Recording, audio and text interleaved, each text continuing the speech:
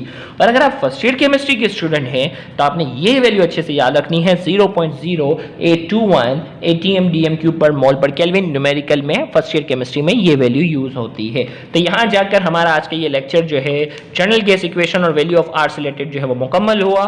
Thank you very much. Allah Hafiz.